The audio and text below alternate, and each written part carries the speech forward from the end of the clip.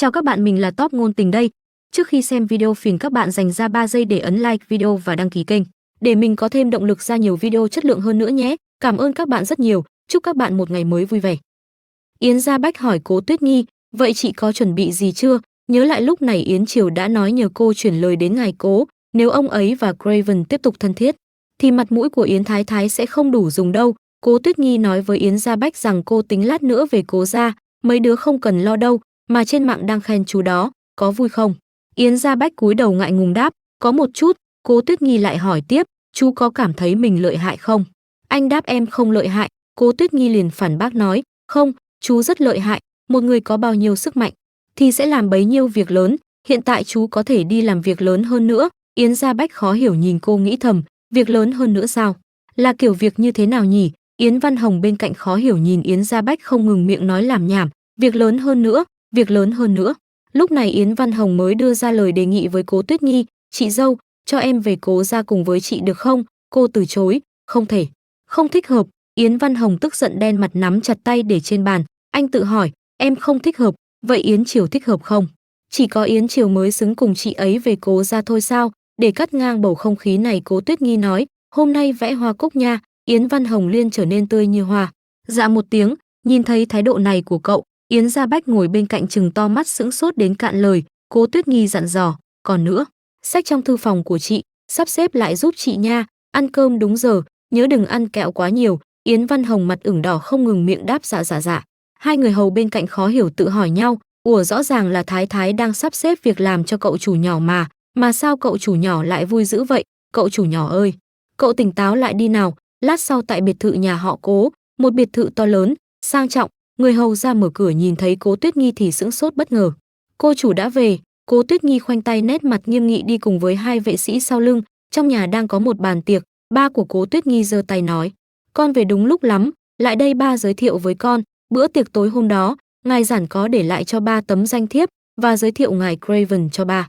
Craven tay cầm ly rượu nhàn nhã nói đâu có. Cố Tuyết Nhi đi tới hỏi anh ta, ngài Craven và ba tôi đang bàn chuyện làm ăn gì vậy? Cố tổng liền nói, đó là về kinh doanh ngoại thương, ngài Craven có kênh phân phối rộng khắp ở nước ngoài, một tháng kiếm được 9.000 vạn. Cô tiếp tục hỏi, ngài Craven có nghĩ đây là số tiền lớn không?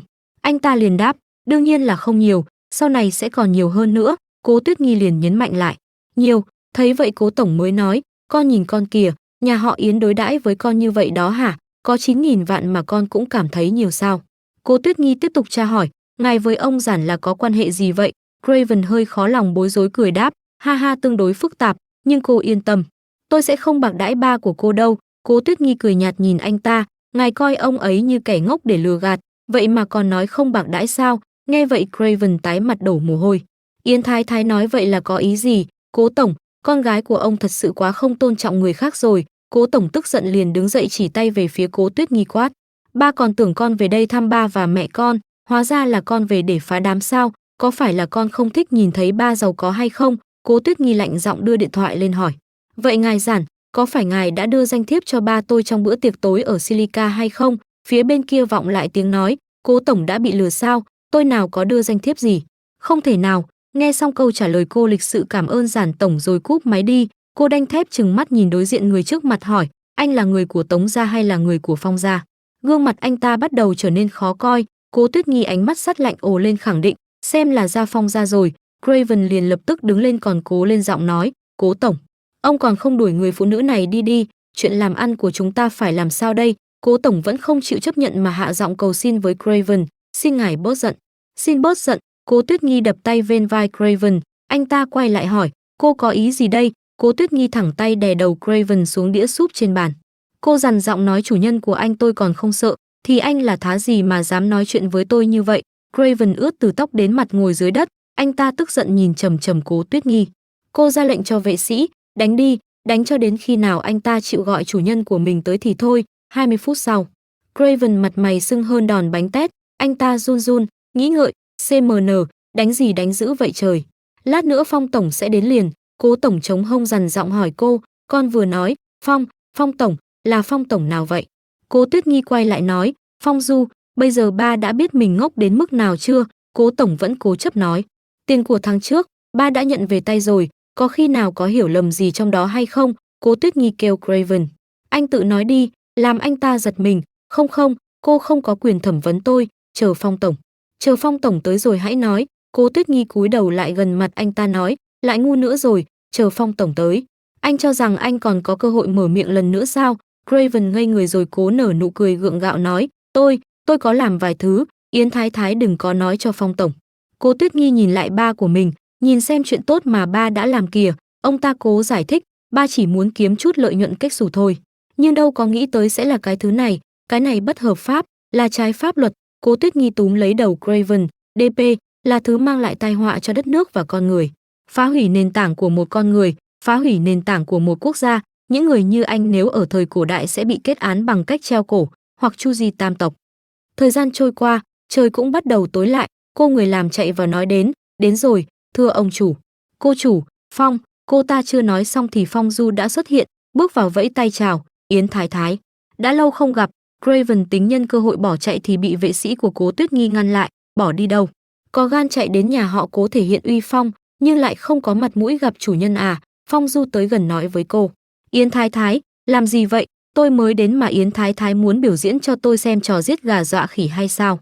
Cô đáp, ý của Phong tổng như vậy, xem ra anh ta thật sự là người của Phong tổng rồi. Phong Du thừa nhận. Phải, cô quay lại hỏi Phong tổng tính làm gì đây? Anh cho rằng chôn một quả mìn vào nhà học Cố là có thể làm nổ tung nhà họ Yến sao? Quá ngây thơ rồi. Lúc này thư ký Trần đến, anh mỉm cười nhìn Cố Tuyết Nghi vui vẻ nghĩ, Cố Tuyết Nghi bây giờ đều có thể tự mình giải quyết tất cả chuyện này, nhưng Phong Du liếc mắt nhìn Trần Vu Cẩn nói, thư ký Trần, tính cách Cố Tuyết Nghi khó gần, có lẽ không khuyên được cô ấy. Anh ra mặt thay cô ấy đi. Thư ký Trần nhìn vào điện thoại, sự thay đổi của Cố Tuyết Nghi phải chờ cho đến khi Yến tổng đích thân nhìn thấy thì mới có thể tin được. Ở một bên khác Yến Triều vừa tắm xong và đang chăm chú nhìn một tờ giấy gì đó, có hai anh thủ hạ nói, ông chủ, dưới lầu có khu mua sắm miễn thuế. Ngài không đi mua sắm sao? Phải đó, đi mua cho Thái Thái vài món đồ đi chứ, chẳng phải phụ nữ nào cũng thích như vậy sao? Yến Triều nghe vậy khựng lại. Anh suy nghĩ về những thứ Cố Tuyết Nghi đã chi tiền ra để mua rồi nói, có lẽ cô ấy không thích những thứ ở khu mua sắm, rồi anh liếc mắt nhìn điện thoại trên bàn thẩm mỹ. Tôi đã chuẩn bị một món quà mà cô ấy cần, coi như là cảm ơn cô ấy trong khoảng thời gian này chưa có gây thêm phiền phức gì cho Yến thị. Tiếng điện thoại đột nhiên rung lên. Là Trần Vu Cẩn gọi đến, thư ký Trần bắt máy liền nói, Yến tổng, Thái Thái đang ở nhà họ Cố, coi bộ sự việc đã được giải quyết xong rồi. Lúc này Phong Du đáp lời Cố Tuyết Nghi, làm gì có chôn quả mìn nào, từ cái bữa ở câu lạc bộ tôi đã có lòng cảm mến đối với Yến Thái Thái rồi, cho nên mới đặc biệt phái người đến đây để tiếp cận nhà họ Cố. Thư ký Trần nghe Phong Du nói vậy thì bất ngờ khựng lại, phía bên kia Yến Triều cũng nghe được mà tự hỏi, cảm mến sao? Tập truyện đến đây kết thúc rồi, nếu thấy hay cho mình xin một like, một chia sẻ để mình có thêm động lực ra nhiều video nữa nhé. Nhớ bấm theo dõi để xem tiếp những tập tiếp theo. Chúc các bạn có một ngày tràn đầy năng lượng.